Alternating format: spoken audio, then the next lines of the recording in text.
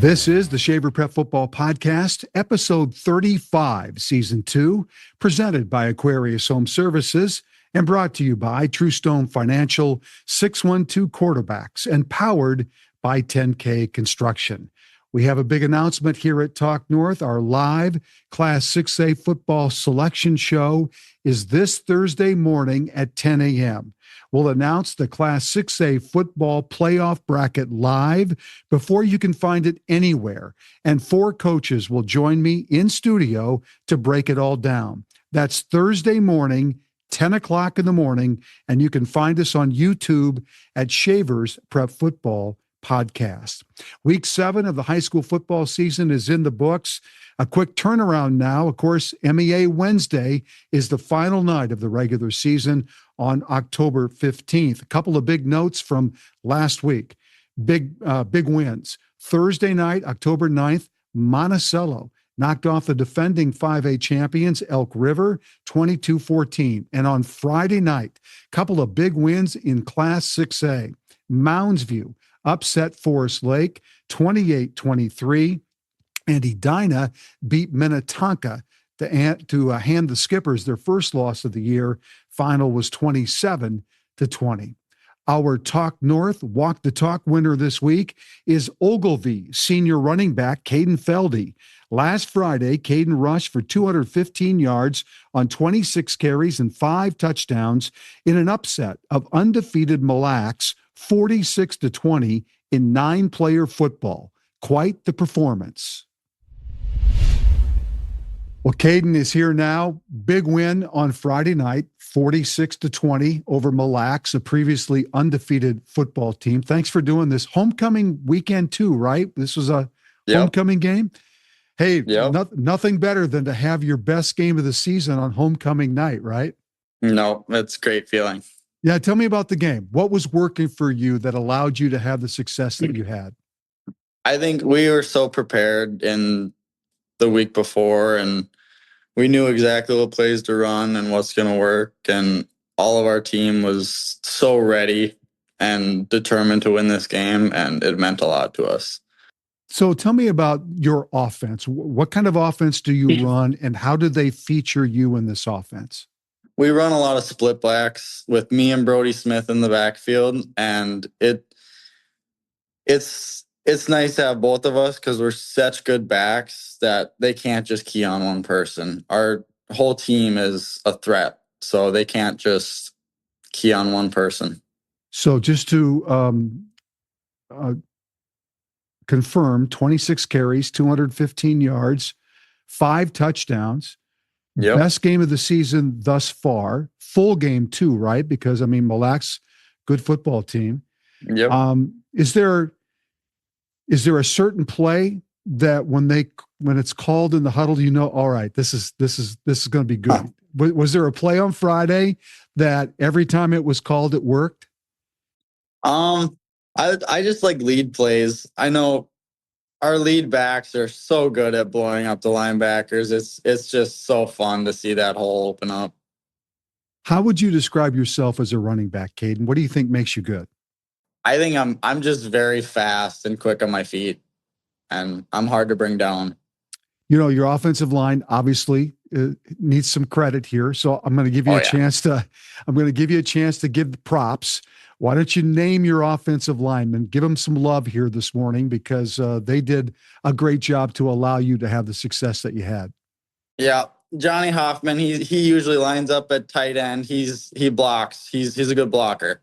And he got hurt last game, actually, and we had some replacements. Brody Magard came in, did a great job replacing him.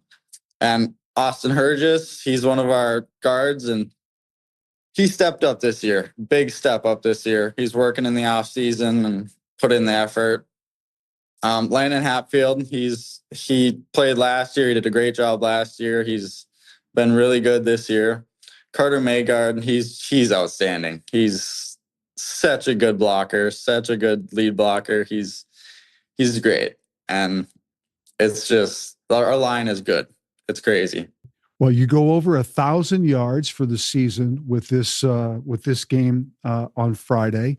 And now you get Sabika on Wednesday. So it's a quick turnaround for a player that carries the ball as much as you have so far this year, over 100 times.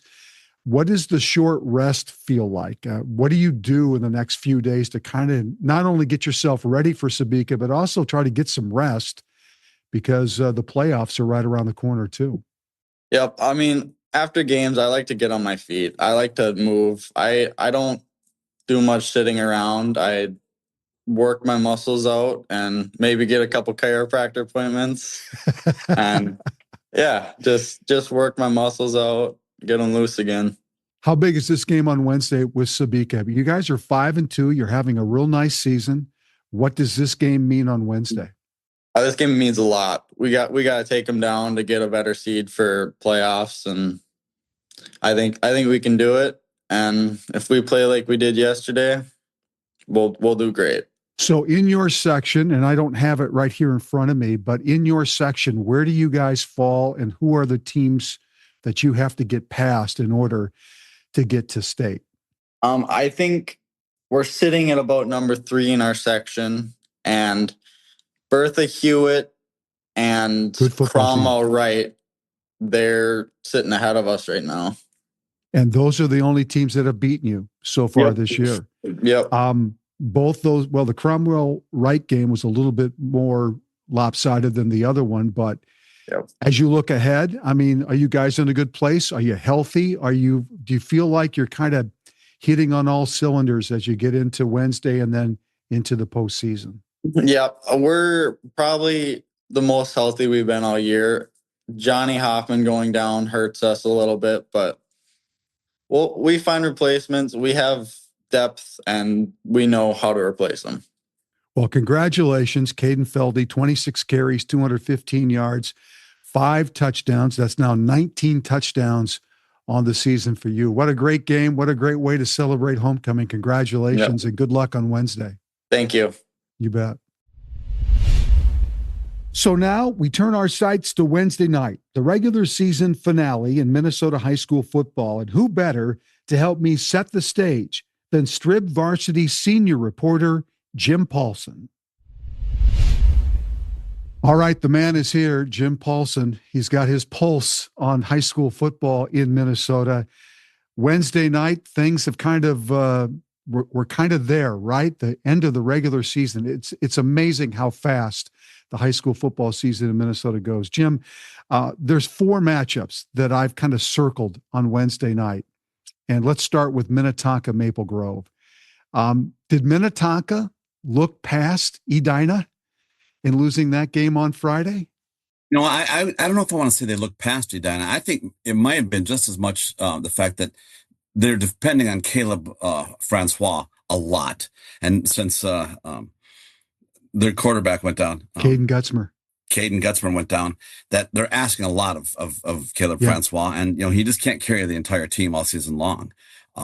And I've been thinking that Minnetonka or Edina is a team it's ready to break out all season long. That's a team that's far better than the record. And so I was not surprised at all to see Edina win that game. Well, say I was not surprised is not accurate. I was a little surprised because Minnetonka's been able to find a way. Yep. And Minnetonka's defense with Matt Lombardi there has been fantastic, even though they're kind of young at this point. But I think I wasn't that surprised that it happened. I know that Francois threw a couple of interceptions. So how do you look at the game on Wednesday then? How does it look to you? I think I've thought all year long that Maple Grove looks like the better of the two teams. But when a team is motivated, like Minnetonka is, plus they lost in the state championship game to Maple Grove. They lost to Maple Grove twice last year. The first time they played them, they had a lead in that game. I would think that Minnetonka is a team that's going to show up and play very well. And Maple Grove, as well as good as they've been, particularly in the second half, they haven't been world beaters at this point. So I wouldn't be surprised at all to see Minnetonka pull this one out, particularly coming off a loss. That just adds that little extra bit of motivation for them. Matamidi St. Thomas Academy. This is in the East Metro. It's a 6:00 game on Wednesday. Both are undefeated. How do you look at this game? St. Thomas just feels like they are taking care of business this year. There's an awful lot of good athletes on St. Thomas Academy. And we've talked a lot about Dominic Baez, their running back, who just is always impressive. Todd Rogalski is that name is familiar. Terrific. Yes, St. he's got an Thomas older brother Academy. that's playing at St. John's right now. Yeah. Is as a playmaker type that is the type of guys that they always seem to have at St. Thomas Academy. I mean, their coach told me when I saw them beat Chanhassen that he's blocked 9 punts in his high school career. 9 punts. That's crazy. How do you block 9? You don't block 9 punts. Teams don't block 9 punts in 10 years. That's crazy. I can't even do that on Madden. How do you do that? I'm with you there. But St. Thomas has guys like that. Always coming out of the woodwork. And let's be honest, Matamidi has had a couple of lucky breaks in this. They're undefeated. They had a forfeit against Kennedy, and last night against Green Durham Hall. If the Raiders get the 2-point conversion, it's a different story altogether. So I still think that St. Thomas Academy is a team to pull that one out. Lakeville South and Rosemount. I don't know if the beginning of the year we thought maybe that Rosemount would be where they are right now, but they're 6-1. Lakeville South is 6-1. This is a big game in the South Metro on Wednesday. Yeah, I don't think anybody saw that at the start of the year, but you don't ever underestimate Jeff Erdman at Rosemount. He's got his team playing very well. And Lakeville South with Nick Swanson is playing very well. I think Nick Swanson scored the game-winning touchdown in the final minute last night for against Prior Lake. Lakeville South that beat Prior Lake. So that's another team that squeaked one out when they had to. And but with Rosemount, they play the style that they've always played. They play that the power of one, I think is what Jeff Erdman calls them. They play like a team. They hit hard. They play defense. And generally they try not to beat themselves. And that's a recipe for success. Dawson Boyd, Minneota. Last time Minneota lost a football game, it was Dawson Boyd that beat them 40 games ago, because the winning streak's now at 40. Can anybody even hang with Minneota, or are we talking about a four-peat for this football team?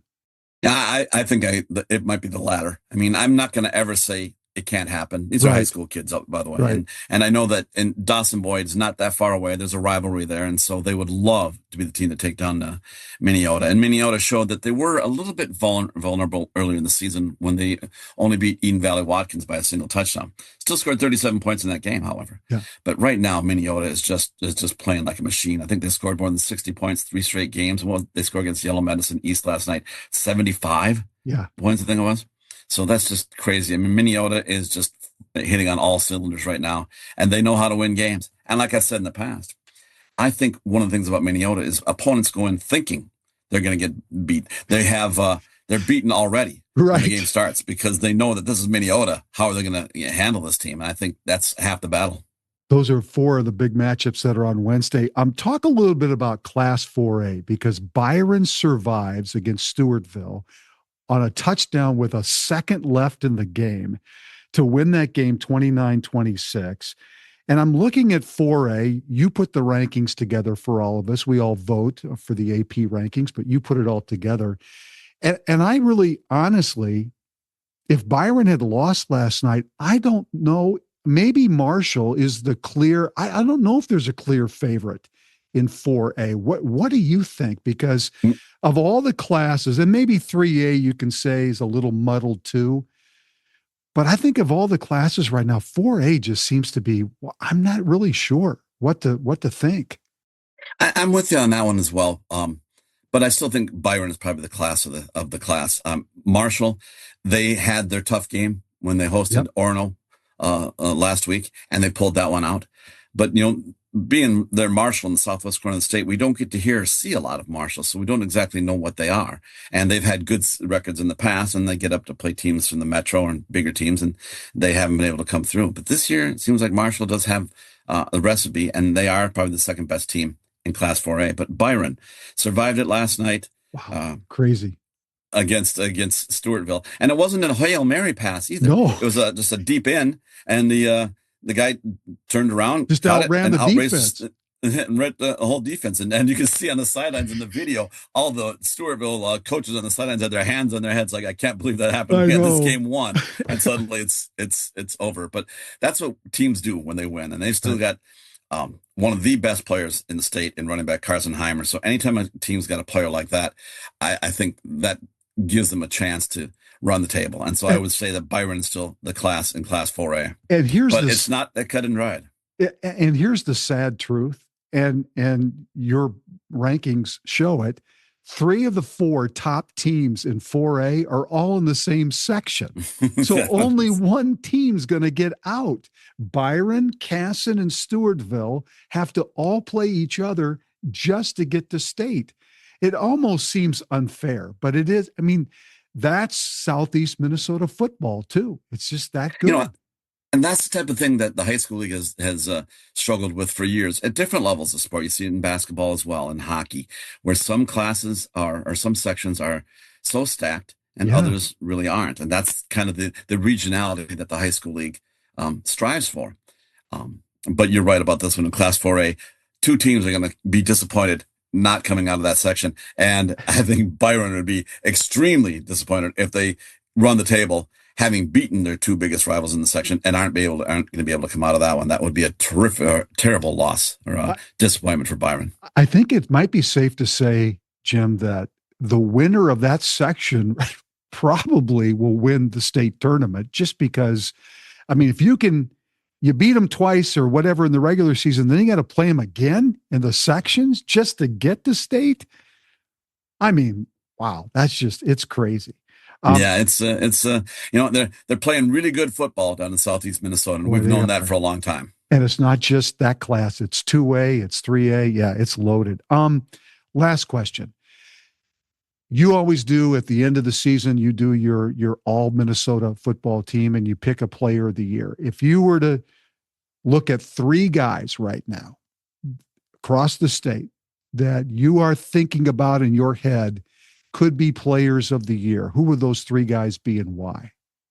Well, the leader early on, and even this weekend, was Caleb Francois at Minnetonka, because he had done so much for that team running and now taking over as quarterback. I was leaning towards him. And Carson Heimer at Byron, who I mentioned earlier, has been fantastic. Yep. I've been thinking about that, a third player, and who might that be? And one name that I can't get out of my head is Nathan Ramler, the quarterback at Chanhassen, who's been fantastic. I don't think he's thrown an interception all season long. He commands the pocket very well. He sees the field very well. He knows how to go to his checkdowns and go to his reads, and he's playing superb football for the Storm. So those are the 3 guys I would be looking at this point. Do you have another name that you want to throw out there? Well, I mean, I think you and I have talked about Martin Sleen at Hermantown. He's having a nice year. I think you could look at Parker Keene, the quarterback at Springfield. He seems to be having another nice year. There are guys out there, and it's, you have the impossible task, because it's now no longer the metro that you're looking at. It's the entire state. And you're one person. You can't get everywhere. You can't find all of those hidden nuggets, but they're out there, right? And there's some players that are having some good season. You're going to have a tough choice to make for your all-state team. There's just no doubt about it. Oh, I agree with you there. But the funny thing is, it's kind of both frustrating, because that there's so many players out there, and also kind of fun to do it as well, because it's great when you come across a kid and say, this kid belongs. I haven't written about him all year long, and now there's a chance to maybe give him a little bit of recognition. I did a little piece a couple of weeks ago on 15 players who've been playing under the radar. And there's a running back out at Breckenridge, who nobody had talked about, but he's been having a terrific year. And when he made that list, his mom reached out and contacted us and said, "Thank you so much," and they're recognizing my son, because they never get publicity out there. And so I really love it when you come across a kid from greater Minnesota, or somebody in the metro that hasn't gotten the publicity they deserve, and get a chance to recognize what he's doing well. That's one of the things I love the most about this job. And one last name that we probably should throw into that hopper for player of the year is Roman Voss. I mean, the guy's having him. He's having a tremendous season. He's over 100 career touchdowns, and Jackson County Central is doing what they always do. So, good luck. You hate to miss this. He's gotten so much publicity and so much notice that you almost think that, well, Roman Voss as a sure thing. And it's, you want to think it's overkill, but it's not. He definitely deserves it. They are number one because of Roman Voss. Yeah. Jim Paulsen, as always, I appreciate it. It's going to be a great finish to the high school football season. Thank you. Thanks for having me, Randy. Talk to you soon. You bet. All right, it's time to look ahead. Winter will be here before you know it, which means your furnace better be ready to roll. So make sure, thanks to Aquarius Home Services. Right now, they have a crazy good deal. A furnace tune-up for only $29. Yep, $29. A trained technician will give your HVAC system a thorough evaluation. They'll go over all the findings with you. And trust me, it's better to find the problems now before the snow flies. Find out more at AquariusHomeservices.com. Aquarius, earning the right to be recommended. 10K Construction is your one stop for all your general contracting needs, whether interior, exterior, residential, commercial, or multifamily properties. They build relationships with their clients, and that's how they've grown their business through referrals. Plus, they are teaming up with LP SmartSide to become Minnesota's premier siding installer. And they're also partnering with IKO Shingles as well. They've got the best of the best to do the job right. 10K Construction covers both Minnesota and Wisconsin. Now, the rumor is they charge a little extra because it's Packer land. I'm not sure about that, but what I am sure about, 10K Construction is the company you want handling all of your general contracting needs. Go to 10kconstruction.com for details. Well, Adam Weber is the Gopher football record holder all time for passing yards and touchdowns at the U. And we were just talking before. First of all, thanks for doing this. Talking before we started here. The way college football is set up today, the way it looks like it's heading, those numbers, 10,917 yards, 72 touchdowns, may never be broken. Just because how many true freshmen will walk in the door and play 4 years, stick around for 4 years, with a transfer rule the way it is anymore? Do you feel safe that your records here are?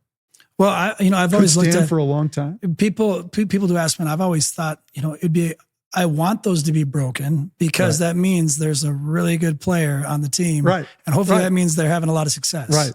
So I do hope they are, but I know there's a lot to it. Not only is it the longevity, but you have to remain healthy. Yeah. The system has to make sense. There's, like you said, there's a lot of factors that play into it. So we'll see. For you, it was like the perfect storm. Everything just fell into place. I guess so. Unfortunately, we were probably playing behind a lot, So that is true. Yeah. So I'm always, these records are, again, it's nice to have your name there. Something I potentially could show my children when I get older, but it's also, there's a yin and yang to it. Yeah. There's a reason why those numbers are so high. Yeah. And another reason why is you had an Eric Decker to throw to. Yep. Very talented players. You guys, you guys though had the chemistry really from the beginning. Would you say? Yeah. What made him so good that helped you be so good? He was a hard worker. His size, and it was something that you don't realize until then. He gets drafted, and then even when I went to the NFL, and you realize that they don't make a lot of wide receivers like that. At 6'3", 220 pounds. Yeah. Most of them were smaller than that. So I didn't realize how probably big and over like what the matchup or mismatch was like against DBs. But yeah, his size, his speed, and then he's a competitor. He wanted the ball, and I knew that if I threw the ball his way, he was going to come down with it, or he was going to make sure that the DB didn't come down with it. Did you have that unspoken connection as you lined up for a play or whatever you call a play? Did you have that with him where you could just give him a look, or he gave you a look and you knew what it meant? There's a handful of times in games that happened. One in particular, I can remember against Wisconsin at home. We're in probably the 5 or 10 yard line, and it was some type of run play called. And I just looked over and it was matched up 1-on-1. It was like, forget the run play. Let's just go throw it over to him. Who called the play that you changed? No, I didn't even tell anybody. I just kind of looked at Eric, and he kind of looked at each other. Okay, gotcha. So, it was one of those. So yes, did we have chemistry there? Yes, 100%. And that happened a few times where it was just, I knew the ball would be up quick enough that I didn't have to change protection or tell anybody else. Yeah. I just had to, put the ball up quick enough, and I knew he would come down with it. Or of all things, like I said, it'd be an incomplete pass and we'd be okay. So I interviewed Dom Barber, and Dom, of course, is part of the great Barber family, the legacy, probably the first family of Gopher football, really. Marion Barber Jr., Marion the Third, Dom, and Thomas. But your dad played for the Gophers. So there's a lot of former players like you whose fathers played for the Gophers. Yeah.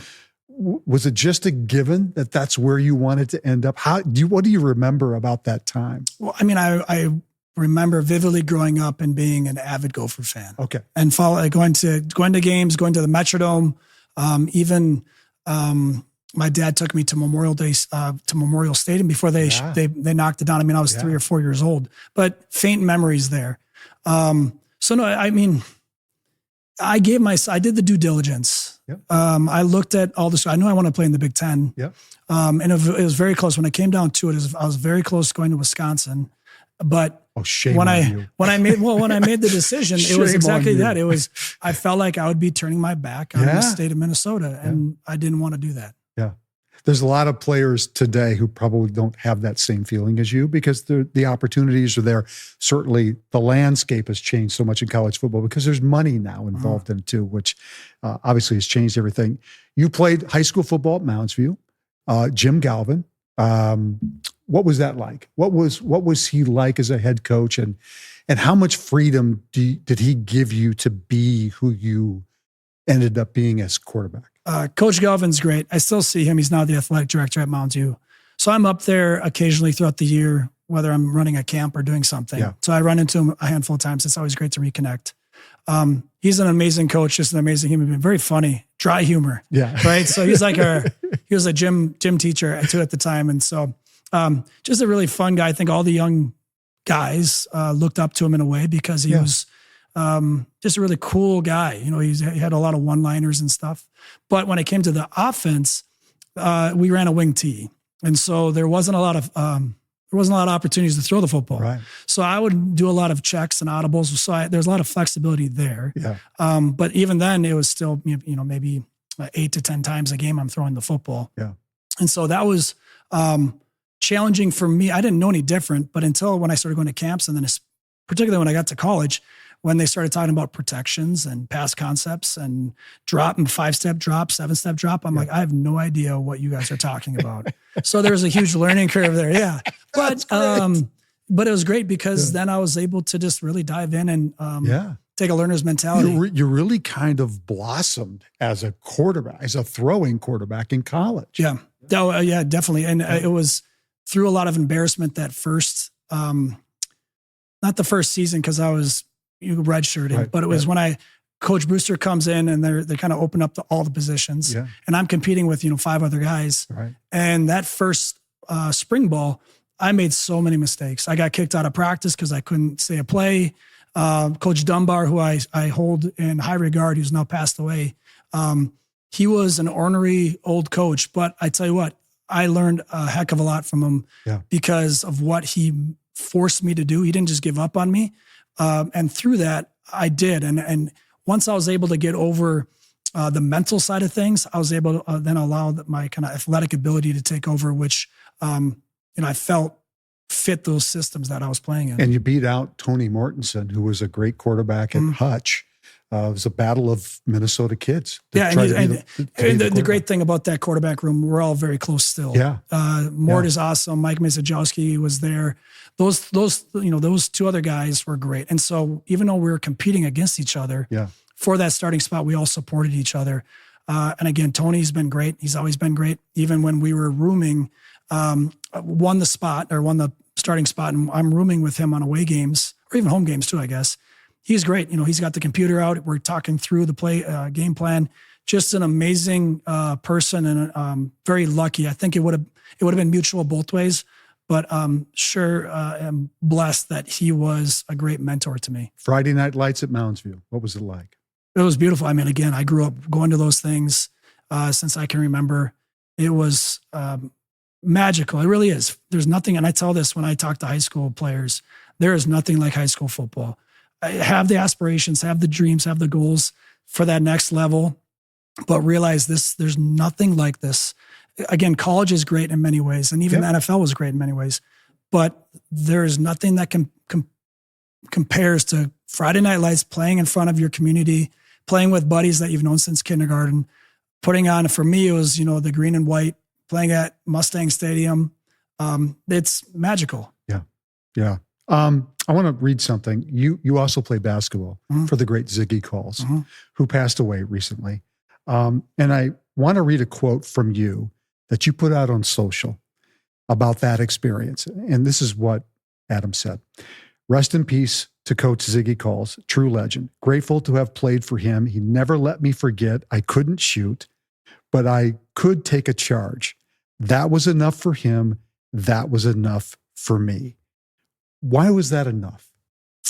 Well, I was, physically I had all the tools to be a good basketball player. Yeah. And he'd say things like, he would remind me of like Joe Montana.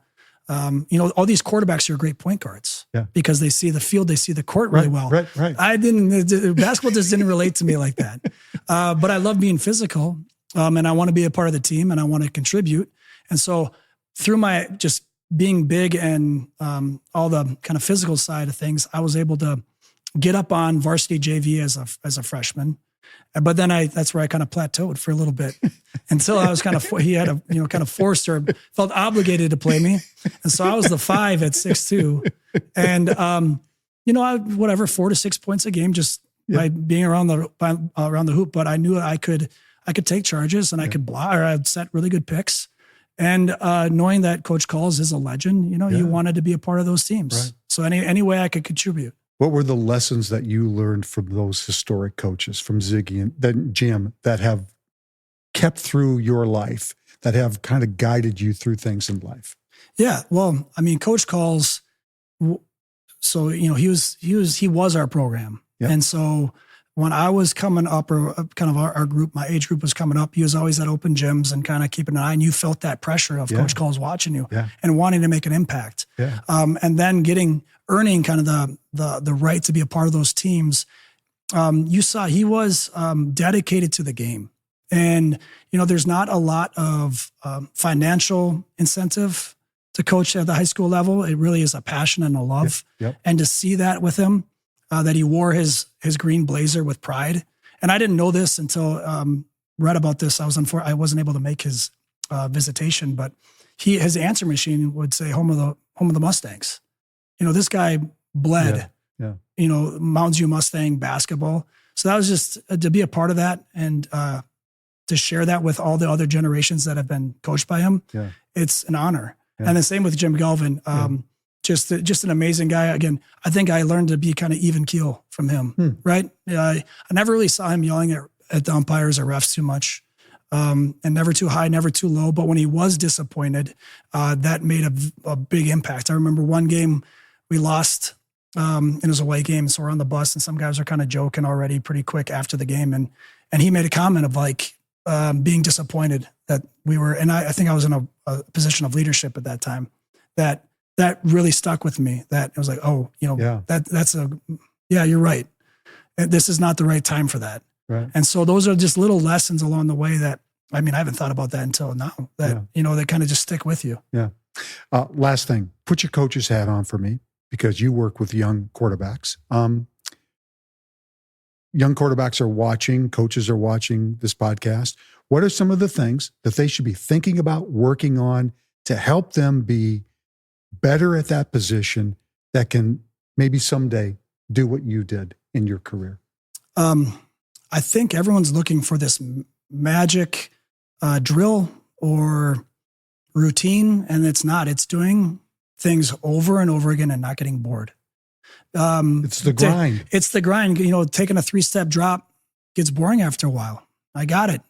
That is the worst thing you can say as a player or as a coach, but particularly as a player is, I got this. You need to always go into it and just embrace the boring and just continuously do it. There's no secret formula. It's the grind. It's hard work. It's showing up consistently every single day.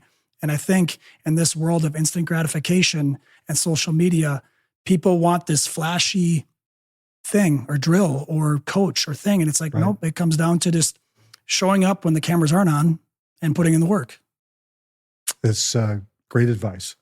It's great to see you. We've known each other a long time. Mm-hmm. I covered you when you played high school football at Mounds View.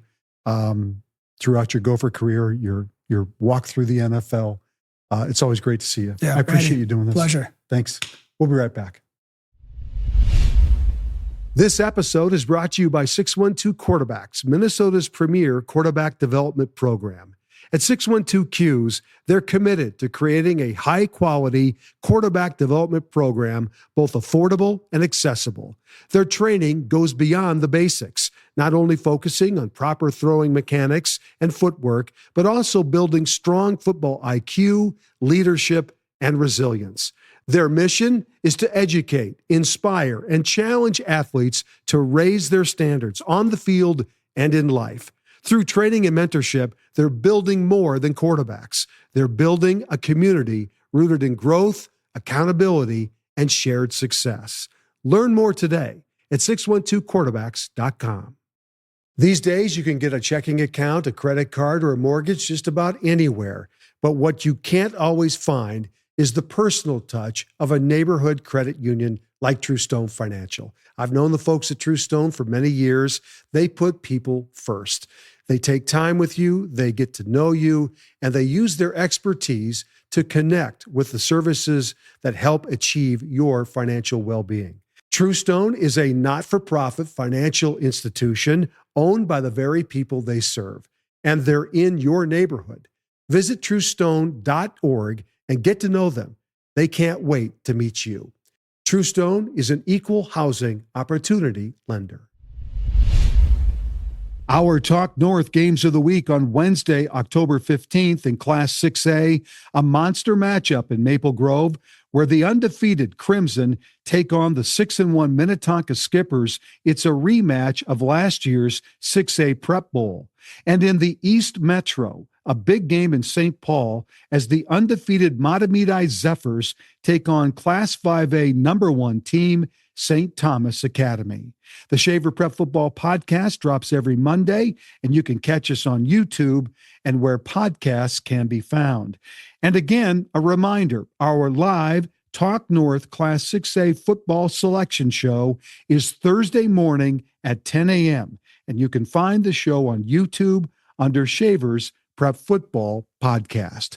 My thanks to producer Alex Haugen and the great folks at Talk North. Thanks for watching and listening, and we'll see you next week.